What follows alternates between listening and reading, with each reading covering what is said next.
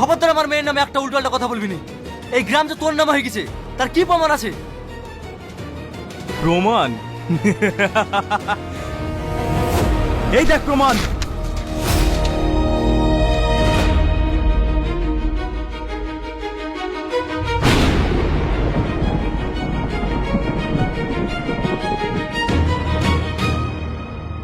বাবা, তুমি তো আমাদের উপকার করার জন্য এসছো, তাই না? আজ থেকে তুমি আমাদের বাড়িতেই থাকবা। চলো।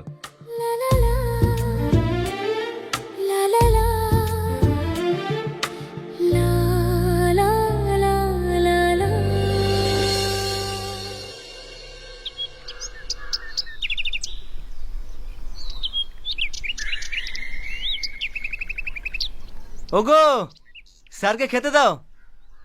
আরে আপনি আমাকে স্যার বলছেন কেন? আপনি আমার বাবার বয়সী, আপনি আমাকে টনি বলে ডাকবেন। আচ্ছা ঠিক আছে। কি গো, কিছু বলছো? অনেক বেলা হয়ে গেছে, টনিকে কিছু খেতে দাও।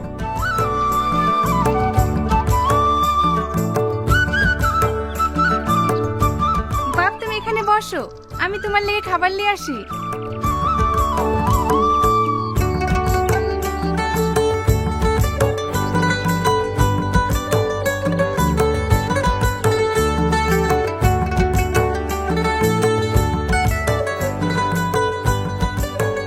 কাকিমা, ব্যাগটা ঘরে নিয়ে যান। বুড়ি, মাছের বাটিটা নিয়ে আয় তো।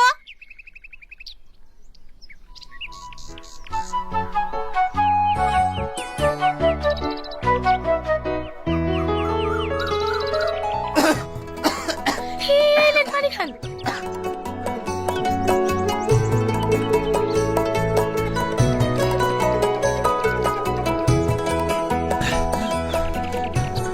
তুমি তুমি এ বাড়িতে?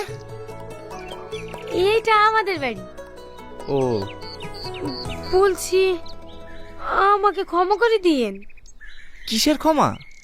ওই এই সকালে আপনার সাথে যে খারাপ ব্যবহারটা করেছি, এতে আমার খুব খারাপ লাগছে, তার লেগি। অবশ্যই ক্ষমা করব। তার আগে বলো, তুমি আমাকে যে জলটা খাওয়ালে, এই জলটা কোথাকার? কেন ঘাটের পানি? খেতে কি আপনার কোনো অসুবিধা হয়েছে নাকি? না না, অসুবিধা হবে কেন? ঠিক আছে। বুড়ি, বুড়ি। মা ডাকছে, আসছি।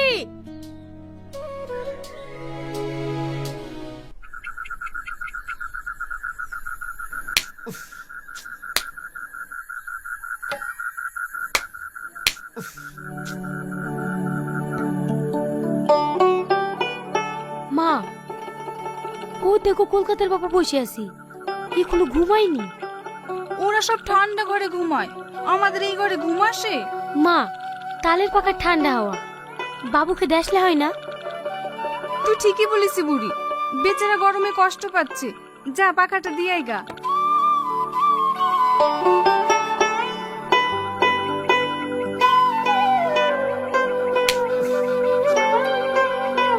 আপনার গরমে ঘুম আসছে না তাই না? এই লেন, এই পাখাটা দিয়ে হাওয়া খান, তাহলে ঘুম চলে আসবে। এটা দিয়ে? আরে ওরকম করে হাওয়া করে না, এই দেখেন আই করি। এইভাবে বাতাস করবো তো ঘুমাবো কখন? আপনারা শহরের মানুষ তো, তাই আপনাদের অভ্যাস নাই।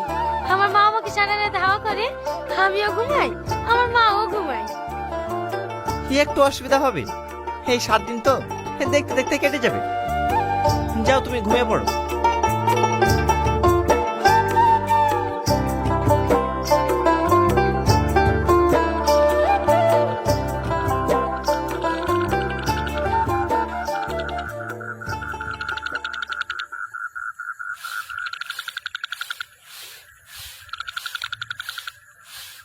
কাকি, আপনাদের টয়লেটটা কোন দিকে? ও কি মধু, আরে পায়খানাটা কোন দিকে? ওইসব আমাদের নাই বাপ, আমরা সব ঘাটের ধারে যাই। এই দেখো বদনাটা না, ঘাটের ধারে চলে যাও। কাকি, ঘাটের ধারে আবার কোন দিকে? পথ পানে যাও, দেখো সব ঘাটের ধারে যাচ্ছে।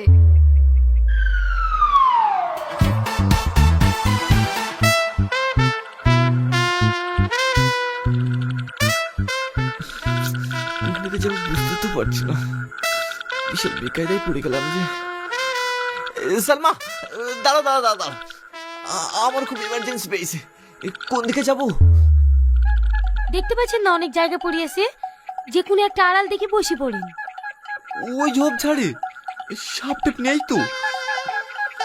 না থাকার কি আছে, থাকতে পারে। যান যান, ওই ঝোপের আড়ালে বসে পড়েন।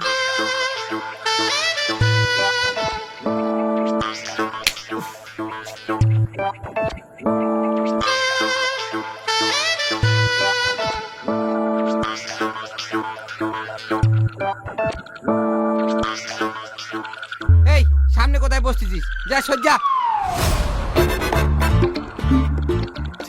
সেদিকে এলো, বসবো কোথায়? এখানে তো কাউকে দেখতে পাচ্ছি না, এখানে বসি।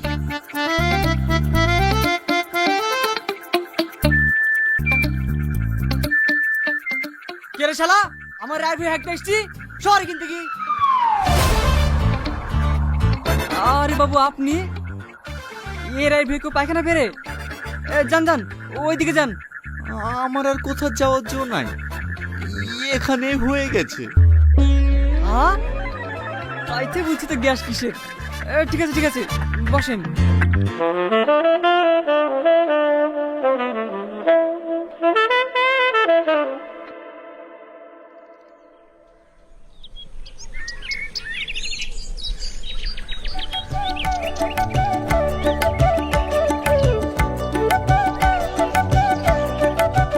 দেন আমাকে দেন।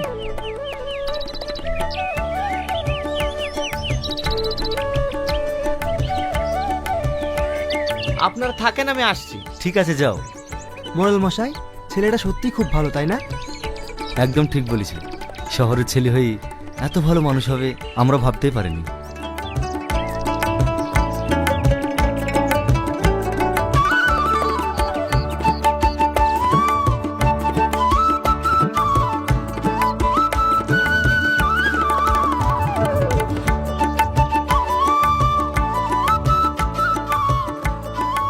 বাবা অনেক দিন বেঁচে থেকো, দুধে ভাতে খেও। ঠিক আছে ঠাকুমা, আমি আসছি।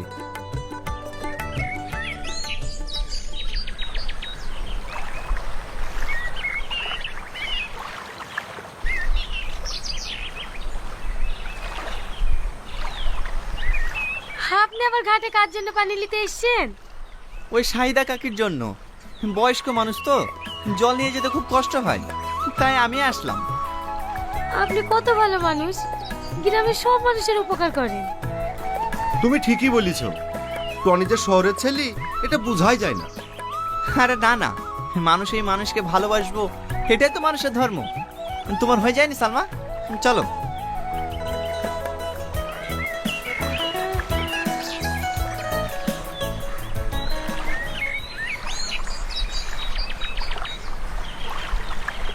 সালমা, তোমার মনে হয় কষ্ট হচ্ছে, দাও কলসিটা আমাকে দাও।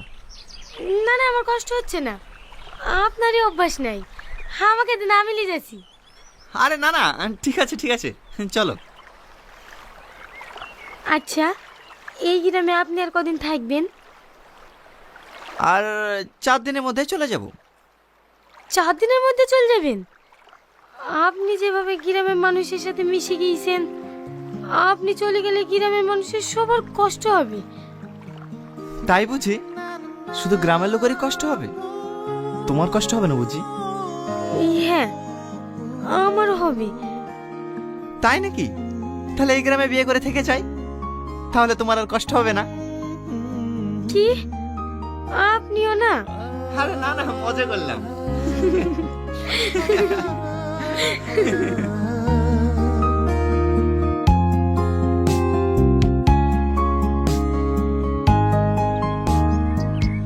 কাকিমা, এই নেন আপনার জল। বাপ, সত্যিই তুমি খুব ভালো মানুষ। আল্লাহর কাছে আমি দোয়া করি তুমি অনেক বড় হও। টনি টনি, আমার সেই মইদুলের বাচ্চাটা অসুস্থ হয়ে পড়েছে। হ্যাঁ? তাই নাকি? চলেন চলেন, ওকে এখন হসপিটাল নিয়ে যেতে হবে। আপনাদের এখানে সবাইকে ডাকা হয়েছে তার একটাই কারণ, কলকাতা থেকে আজকে একটা ফোন এসেছিল, আপনাদের সবাইকে কলকাতায় যেতে হবে। কেন যেতে হবে সেটা বলছি। আপনাদের স্বার্থে আপনাদের গ্রামে যে জল ট্যাঙ্কি ও রাস্তাঘাট ঠিক করার জন্য যে ডিলটা ফাইনাল হয়েছে সেটার জন্য আপনাদেরকে কলকাতায় যেতে হবে এবং সেখানে গিয়ে সই করতে হবে। আমি বাপের কালে গাড়িতে চড়িনি, গাড়ি দেখলে আমার বুক ধড়ফড় করে। আমিও যেতে পারবো না বাপ, গাড়িতে চড়লেই আমার বমি হয়। টনি, এরা তো কেউ যেতে পারবে না। বলছি এইখানে সই করে নিয়ে কি তুমি জমা দিলে হবে না? ঠিক আছে, আমি একবার অফিসে ফোন করে দেখছি।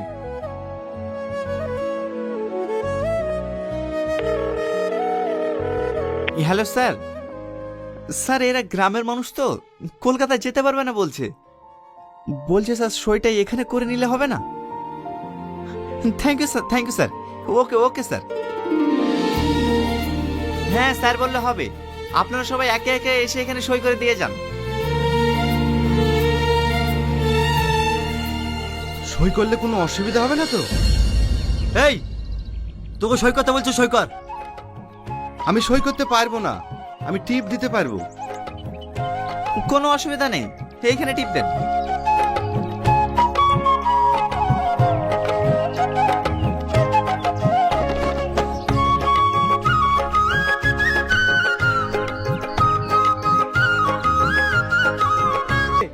তাছাড়াও বিভিন্ন কাজ করেও সংসার চালাতে পারবে। এইসব ভুলভাল ডিসিশন নিস না। এটা যদি তোমার মেয়ে হতো তাহলে ওই ছেলের ভাত খেতে দিতে? কিরে, তুই ওই ছেলের ভাত খাবি?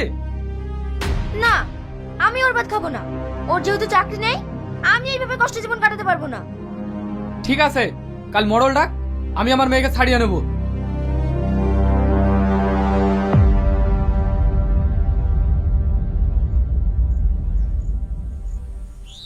দেখো রিয়াজ, আমরা সবাই মিলে একত্রিত হয়েছি, তার প্রধান কারণই হচ্ছে তোমার বউ আর তোমার সাথে থাকতে চায় না। মরল সাহেব, আমার বউ আমার সাথে থাকতে চায় না। এখানে আমার দোষটা কোথায় সেটা তো বলুন। হ্যাঁ, এই মেয়ে, তুমি যে ওর সঙ্গে থাকতে চাও না, কি কারণে থাকতে চাও না সেটা তো বলো। মোড়ল সাহেব, ওর সাথে কিভাবে থাকবো বলুন? একটা মেয়ে তার স্বামীর কাছ থেকে কি চায়? যে মানুষটা দুবেলা পেট ভরে খাবার দিতে পারে না, যার একটা শাড়ি কেনার ক্ষমতা নাই, সে মানুষের সাথে আমি কিভাবে থাকবো বলুন? পল্লবী, আমি তোমাকে দুবেলা খেতে দিতে পারিনি, আমি তোমাকে জামা কাপড় কিনে দিতে পারিনি, সে তুমি এত বড় মিথ্যে কথা বলতে পারলে? চুপ করে গেলি কেন? তোকে যে কি কারণে মারধর করে সেটা তো সবার সামনে বল। হ্যাঁ মোড়ল সাহেব, ও রোজ রাতে মদ গিয়ে এসে আমাকে মারধর করে, নোংরা ভাষায় গালিগালাজ করে। তাহলে আপনারাই বলুন, আমি ওই বাড়িতে কিভাবে থাকবো? পল্লবী, আমি মদ খাই, আমি তোমাকে গালিগালাজ করি, তুমি এত বড় মিথ্যা অপবাদ দিতে পারলে? আজ আমার চাকরিটা নেই বলে আমি তোমাদের কারো কাছে মানুষ না। দেখো, আমি রিয়াজকে খুব ছোট থেকে চিনি, ও মদ গাঁজা কিছুই খায় না। তুমি খালি খালি মিথ্যা কথা বলছো কেন? ওই বাড়িতে আমার বোন থাকে, কি হয় না হয় ও ভালো করে জানে, আপনি কিভাবে জানবেন? আর ওই যে বুড়ি আছে, ওই অশান্তির মূল কারণ। ব্যাস, অনেক বলেছেন, আর না। পল্লবী, তুমি আমাকে যা খুশি বলো, তুমি আমাকে হাজারে মিথ্যা অভিযোগ দাও, তাতে আমি কিচ্ছু মনে করবো না। কিন্তু তুমি এই বাচ্চাটার মুখের দিকে তাকিয়ে বাড়ি ফিরে চলো, আমি তোমাকে কথা দিচ্ছি, আমি তোমাকে কোনো কিছুর অভাব হতে দেবো না, কোনোদিন কষ্ট পেতে দেবো না। প্লিজ পল্লবী, আমি তোমাকে না পেলে শেষ হয়ে যাবো। ও তোর বাড়িতে যাবে না, আমার বোনকে তোর মতো ছেলে ভাত খেতে দেবো না। এটা আমি পল্লবীর মুখ থেকে শুনতে চাই। পল্লবী, সত্যি করে বলো, তুমি আমার। হ্যালো ভিউয়ার্স, আশা করি সবাই ভালো আছেন। আবারও আপনাদের মাঝে একটি ব্লগ ভিডিও নিয়ে আসলাম। আজকের ব্লগ ভিডিওটা হলো, আমরা শিমলা বাজার থেকে এলিকুড়ি ব্রিজে যাব। তো আমরা শিমলা বাজার থেকে এলিকুড়ি ব্রিজে যাওয়ার আগে আমরা যে রাস্তাতে যাবো আর যা যা দেখতে পাবো সেগুলোই আপনাদের মাঝে তুলে ধরবো। তো আমরা যাওয়ার আগে দেখতে পারতেছি যে একটি ভ্যান গাড়িতে করে অনেকগুলা ধানের খড়, সেই খড়গুলা বাজারে বিক্রি করার জন্য সামনের দিকে নিয়ে যাইতেছে। তারপর আপনারা দেখতে পারতেছেন অনেকগুলো করে কিন্তু সে নিয়েছে ভ্যান গাড়িতে করে। তো সামনে আমরা আরও দেখতে পারতেছি বিশাল বড় একটা গাড়ি দাঁড় করানো আছে, সে অনেকগুলা বিদ্যালু নিয়ে কিন্তু দাঁড়িয়ে আছে। তার একটি ভ্যান গাড়িতে কিন্তু অনেকগুলা গাছের যে গুড়ি, সেই গুড়িগুলা নিয়ে যাইতেছে একটি ভ্যান গাড়ির সাহায্যে। তো আপনারা দেখতেই পাচ্ছেন দুটি ভ্যান গাড়ি পাশাপাশি কিন্তু যাইতেছে। তো পিছনে ভ্যান গাড়িতে কিন্তু ভাঙারি যে মালামাল, সেই মালামালগুলো নিয়ে কিন্তু যাইতেছে। সেগুলো বলতে বলতে সামনে কিন্তু আমরা একটি মোটরসাইকেল দেখতে পাচ্ছি। মোটরসাইকেলে করে দুজন লোক কিন্তু অনেক সুন্দর করে যাইতেছে। তো আপনারা তো দেখতেই পাচ্ছেন এ পাশে একটি বাঙালির দোকান। এই দোকানে আমি যদি আপনাদেরকে একটু এদিকের অংশটা দেখে, এদিকে আপনারা দেখতে পাচ্ছেন রাস্তার পাশে অনেক মোটা মোটা অনেক লম্বা লম্বা অনেকগুলা গাছ। প্রত্যেকটা গাছে কিন্তু মনে হয় আকাশ ছুঁয়ে গেছে, এতটা পরিমাণ লম্বা সেই গাছগুলা। তো এদিকেও আমরা আরও দেখতে পাচ্ছি যে জমিতে ধান কেটে কত সুন্দর করে এক পাশ করে দেখতে পাচ্ছেন এক শিয়ালে রেখে গেছে রোদে শুকানোর জন্য। তো রোদে শুকানো শেষ হলে তারপরে কিন্তু আড়ি বেঁধে এগুলা বাড়িতে নিয়ে যাবে।